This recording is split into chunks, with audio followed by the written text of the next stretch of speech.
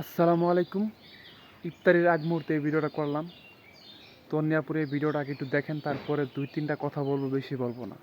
হ্যাঁ, অবশ্যই আমি ব্যবসায়িকভাবে ক্ষতিগ্রস্ত হয়েছি, যেহেতু সোশ্যাল মিডিয়াতে আমার মান সম্মান নিয়ে এভাবে টানাটানি করা হচ্ছে এবং আমার ফ্যামিলি নিয়ে, আমার ব্যক্তিগত বিষয় নিয়ে। তো আমি মানসিকভাবে ব্যবসায়িক দিক থেকে না, শুধু পারিবারিক দিক থেকেও ক্ষতিগ্রস্ত, সামাজিকভাবে হেয় প্রতিপন্ন। তো অবশ্যই আচ্ছা, আপনারা তো ভিডিওটা দেখলেন। তন্যা আপুর উদ্দেশ্যে আমি ভিডিওটা করতেছি।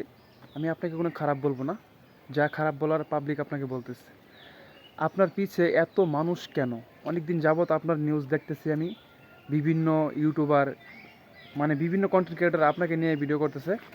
একটা জিনিস বাস্তবতা হয়েছে, এটা আপনি জামাত ইসলামের আমিরকে নিয়ে যখন বাজে কথা বলছেন, তখন থেকে কিন্তু সবাই আপনার পিছনে লাগছে, নাহলে কিন্তু কেউ আপনার পিছনে লাগে নাই। জামাত ইসলামের আমির বর্তমান একজন দেশের প্রধানমন্ত্রী, ওনার দ্বিতীয় স্থান। প্রথম আছে তারেক রহমান, তারপর আছে জামাতের আমির। আপনি একটা প্রধানমন্ত্রী কীভাবে কথা বলতে পারেন? বা ওরা যদি ক্ষমতাতে আসে, আমাদের নারী অহংকার যাবোগা, নারীরা কখনোই মানে না। তার মানে কি আপনার জীবনে জান্নাতে যাওয়ার আশা নাই? আপনি কি জান্নাতে যেতে চান না, নাকি দুনিয়ার বিলাসিতা নিয়ে থাকতে চান? চোখ বুঝে দেখেন তো, দুনিয়াটা অন্ধকার। কয়দিন বাঁচবেন? আমিও চাইলে আপনাকে বিশ্রীভাবে কথা বলতে পারতাম, কিন্তু বলি না কেন জানেন? আপনিও মানুষ, আমিও মানুষ। নিজের ভুলটা স্বীকার করুন, দর্শকের সামনে ক্ষমা চান। যার উদ্দেশ্যে বাজে বাজে কথা বলছেন ইন্টারভিউতে, জামাত ইসলামের আমিরকে আপনারা কখনোই ক্ষমতা চান না, বাজে মন্তব্য করছেন ওনারা নিয়ে, তাই পাবলিক আপনার পিছনে লাগছে। এই দেশটা ইসলামিক রাষ্ট্র দেওয়া চলুক, সবাই চা।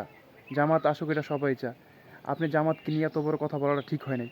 আমি আপনাকে আরও কথা বলতাম, রোজা মায়ের দিন, ইফতারের টাইম বেশি নাই, তার জন্য বেশি একটা কথা বললাম না।